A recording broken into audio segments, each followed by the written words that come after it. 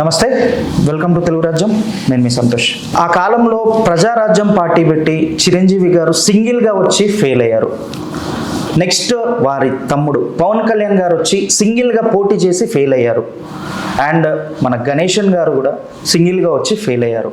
ఇక్కడ విజయ్ తలుపతి సింగిల్గా వచ్చి ఎందుకు సక్సెస్ అయ్యాడు, ఎలా సక్సెస్ అయ్యాడు అనే విషయం పైన మాట్లాడడానికి మన ముందున్నారు చలసాని శ్రీనివాస్ గారు. నమస్తే సార్. నమస్కారం సార్, తెలుగు రాజకీయాల్లో సింగిల్గా వచ్చిన వాళ్ళందరూ ఫెయిల్ అయ్యారు. మనకు తెలిసిందే, మనం చూసిందే. విజయ్ ఎన్టీఆర్ గారు తప్ప విజయ్ ఎందుకు సింగిల్గా వచ్చి ఇంత సక్సెస్ అయ్యాడు? యాక్చువల్గా చిరంజీవి గారు కూడా చిన్న పొత్తు ఒక 2 సీట్లు కొద్దిగా వదిలేవచ్చు కానండి. ఎన్టీఆర్ గారు కూడా సంజయ్ విచారమచ్చని మనకే గాంధీ గారికి ప్రకాష్ రావు 5 సీట్లు కూడా అది నాన్నారు. స్ట్రాటజీకి ఇందిరాగాంధీ గారి దెబ్బకోవడానికి మానసికంగా పనిచేశారు. అందువల్ల మనకే గాంధీ గారిని ఎవరు చూసి ఓటేస్తారు ఇక్కడ. విజయ్ గారు స్ట్రాటజిక్ బ్లో కొట్టారు. అంటే ప్రజలు దక్షిణ మరి ముఖ్యంగా తమిళ వాళ్ళ ఆత్మగౌరవం నిలబెట్టుకునే విధంగా ఉంటే ఓ పక్కన తీసుకెళ్ళి అక్కడ ఉత్తర భారతీయ జనతా పార్టీ తాకట్టు పెట్టినట్టు చేశారు. మరో పక్క తమిళనాడులో ఉన్న ప్రభుత్వం అవినీతిగా పరిపాలిస్తుంది. ఇంత అంటే రెగ్యులర్గా ఎంత ఎన్ని వెళ్ళిపోవాలనే విధం ఈ రెండింటి మీద అసంతృప్తి వచ్చింది. కొత్తదనం కోరుకుంటున్నారు చాలా కాలం నుంచి. మధ్యలో బీజేపీ కొత్తదనం ప్రయత్నించింది. 2024 పార్లమెంట్ ఎన్నికల్లో సొంతంగా పోటీ చేసింది. తనకు అంతవరకు విశ్వాసపాత్రులుగా నమ్మకస్తులుగా బంటులుగా పనిచేసిన పాలక్ పన్నీర్ బటర్ మసాలా పళనిస్వామి గారి ఇద్దరినే పన్నీర్ సెల్వం గారి ఇద్దరిని తీసి పక్కన పెట్టి వాళ్ళు వచ్చారు, ఫెయిల్ అయ్యారు అన్నామలై గారి నేతృత్వంలో. అందుకని ఇవన్నీ చూసుకున్న తర్వాత ప్రజలకు రైట్ టైంలో రైట్ స్వాడ్ అని కత్తి ఉపయోగించుకొడితేనే ఇప్పుడు అది అలాగా విజయ్ గారు ప్రజల ఆకాంక్షల్ని, యువతరాన్ని, ఒక ప్రజల్లోని అసంతృప్తిని ఆయన ఈ టైంలో వాడుకోవడానికి అంత అద్భుతంగా పనిచేసింది. ఆయన యొక్క యువత నేను స్పష్టంగా ప్రకటించాడు. నాకు ఇది దుర్మార్గమైన కూటమి అన్నాడు. డిఎంకే పార్టీని ఒక పక్కన అలాంటి వాళ్ళతో ఇలాంటిది ఉన్నది స్పష్టంగా చెప్పాడు. ఆ ధైర్యం, ఆ పోరాటం నిలబడిన నేను ప్రజలు నిలబడి ఉంటారనే ఆశ్వాసన ఇది ఇప్పుడు కెప్టెన్ విజయకాంత్ గారు ఉన్నారు. అద్భుతంగా ఉండే చాలా గొప్ప మనిషి. నల్లది ఎంజీఆర్ అని చాలా అద్భుతమైన మంచివాడి కింద ఫేమస్ తెలుగువాడే. విజయరాజు ఆలగిరి స్వామినాయుడు అని పేరు విజయకాంతంగా పెట్టుకున్నారు. వాళ్ళది చంద్రలత గారిని నిన్న పోటీ చేశారు. డిఎంకే 10 సీట్లు ఇచ్చింది. డిఎంకే ఓడిపోయారు వాళ్ళు ట్రైలింగ్ వెనకమాల అందుతున్న సమాచారం ప్రకారం. ఆయన 1 సీట్ తెచ్చుకుని నిలబడ్డాడు. తర్వాత జయలలిత గారి అలయన్స్ లో 2వ అతిపెద్ద పార్టీ అది. ఇవాళ డిఎంకే 3rd పార్టీ అయింది. డిఎంకే చరిత్రలో అపోజిషన్ లేదా లేని పార్టీ ఏమైనా ఉంటే అట్లా ఉండేది అనమాట అండి. అందువల్ల విజయ్ గారి సిస్టమ్ వేరుంది. ఓకే. అండ్ సార్, కాంట్రవర్సీలు కూడా చాలా వచ్చాయి. ఒకటేమో విడాకులుంది, ఇంకోటి త్రిష. ఇవన్నీ లైక్ ఏంటి, సానుభూతి టైపా లేకపోతే వస్తే రాని అని పట్టించుకుంటాం జనం? అసలు అది వ్యక్తిగత సమస్య. అది అనైతికంగా ఆయన భార్యతో పడలేనప్పుడు విడాకులు ఇచ్చుకుని రైట్గా చేసుకోవాల్సింది. అది ఎలక్షన్స్ టైంలోనే జరిగింది కదా. కావాలని అప్పుడు కూడా కళ్యాణ్ బాబు గారి విషయంలో కూడా అధికార పార్టీ వాళ్ళందరూ కూడా పెళ్లి కాకుండా అని చెప్తే ఆఖరికి అరవింద్ గారు వీళ్ళందరూ మాట్లాడితే ఆ రోజు ఆయన పెళ్లి చేసుకున్నారు. అందుకని అది ప్రజలు అది ఒక నిజంగా ఒక విధంగా చెప్పాలంటే నాకు వ్యక్తిగత విషయాలు మాట్లాడుతూ అనవసరం. కానీ ఆయన కంపల్షన్ రాజకీయం కొంతమంది చూడు మీ అన్నయ్య గారికి ఇబ్బంది జరుగుతున్న సందర్భంలో ముందుకెళ్ళినట్టు వార్త. అండ్ సార్, మీరు ఇందాక అన్నారు ప్రజల నాడి పట్టుకున్నట్టు సంథింగ్ ప్రజల సమస్యలు తీరుస్తున్నట్టు మాట్లాడాడు విజయ్ అని చెప్పేసి అన్నారు. పవన్ కళ్యాణ్ గారు కూడా స్టార్టింగ్లో వచ్చినప్పుడు ఆయన గురించి మనం తక్కువ మాట్లాడుకున్నాం. ఆయన మాట్లాడతాం మన ఆచరణలో ఏముందో మాట్లాడింది ఏముందో రెండు ఒకటే ఉండాలి.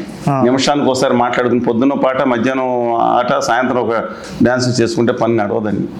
వాళ్ళు ఎవరు పాకిస్తాన్ కేంద్ర భద్రతలు చేశారు, ఎన్నికల ముందు ఏమన్నా పాకిస్తాన్ దాడి చేయబోతుందని చెప్పడం నాకేమన్నా తెలుసా? ఏమన్నా కేంద్ర పాలకి నాకెలా తెలుస్తుందని సాయంత్రం బట్టి మాట మార్చడం, పొద్దున ఒకటి సాయంత్రం ఒకటి. ఆయనకి మోస్ట్ ఆయన ఒకనాడు అభ్యుదయవాది, గొప్ప జనం. ఒక మీటింగ్ పెడితే 25,000 మంది 50,000 మంది రూపాయలు లేకుండా వచ్చే కెపాసిటీ ఈ రోజు రాష్ట్రంలో 2 రాష్ట్రాల్లో ఒకే వ్యక్తి. అలాంటి ఆయన ఈ కాన్స్టెంట్గా ఒక సిద్ధాంతం మీద లేకుండా చెగువేర గొప్ప చెగువేర డాక్టర్ని అభిమానించారంట. మనం చెప్పుకుంటే ఎందుకు ఆయన గురించి వద్దు. అలా అన్నయ్య గారే కొంచెం స్థిరబద్ధత ఉన్నారు. మెగాస్టార్ చిరంజీవి గారు. ఓకే సార్, ఇప్పుడు తెలుగు రాజకీయాల్లో సింగిల్గా వచ్చి విజయ్ తలపతిలా గెలవడానికి ఎలాంటి క్వాలిటీస్ ఏం కావాలి అసలు? మళ్ళీ అందరూ నమ్మే పడతారు, కానీ చెప్పదలుచుకున్నా. చెప్పండి. ఇవాళ ఆంధ్రప్రదేశ్లో కూడా అదే పరిస్థితి ఉందని నేను భావిస్తున్నాను. ఇవాళ నేను మాట్లాడేదానికి ఎక్కువ మంది అమ్మాయిలు నచ్చకపోవచ్చు, పార్టీలు వేరే అమ్మాయిలకి. ఏ జూనియర్ ఎన్టీఆర్ గారు లాంటి వచ్చి నిలబడితే రిపీటింగ్ అగైన్ అండి. ఇవాళ ఆంధ్రప్రదేశ్ తెలంగాణలో కూడా బలంగం వేణు గారు చిన్న వ్యక్తి అయి ఉండొచ్చు. సినిమా ఇప్పుడు మేము వీడియో ఉన్నాయండి, ఎంతమంది మమ్మల్ని మేజర్ ఛానల్స్ 99% బహిష్కరిస్తారు స్వతంత్రంగా మాట్లాడితే. చూపించేవాళ్ళు ధన్యవాదాలు. 7 సంవత్సరాలు కొన్ని ఛానల్స్ రానివ్వలేదు. వితౌట్ ఏం పాపం చేయాలి నేను.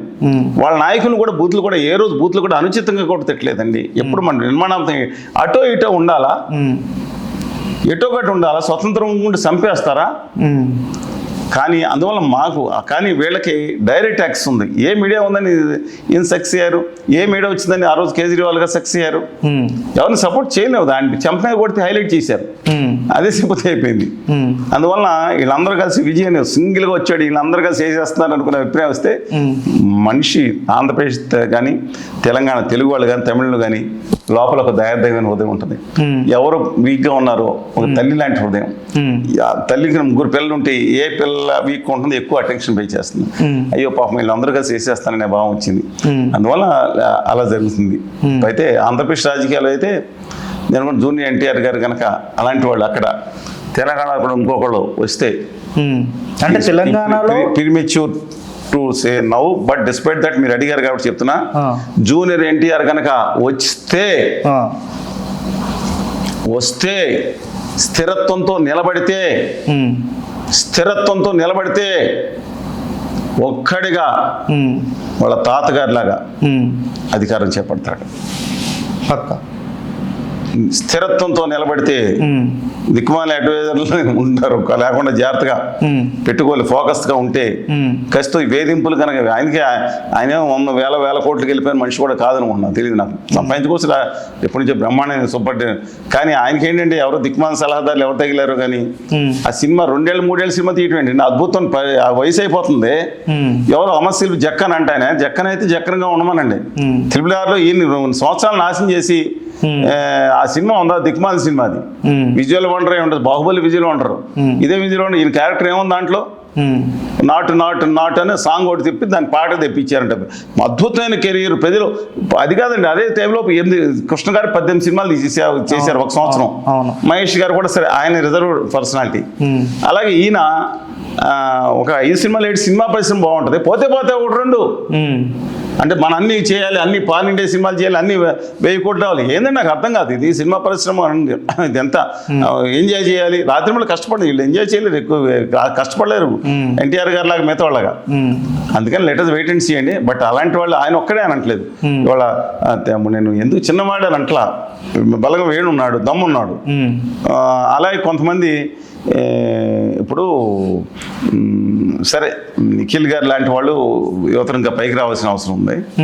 వాళ్ళు కానీ మిగతా వాళ్ళంతా అమూల్ బేబీలందరినీ మన పక్కన పెడితే మిగతా వాళ్ళు దమ్మున్నాళ్ళు ఉన్నారు. అక్కడ రమ్మనండి, ఆర్ నారాయణమూర్తి గారు లాంటి వాళ్ళు పక్కన ఉంటారు.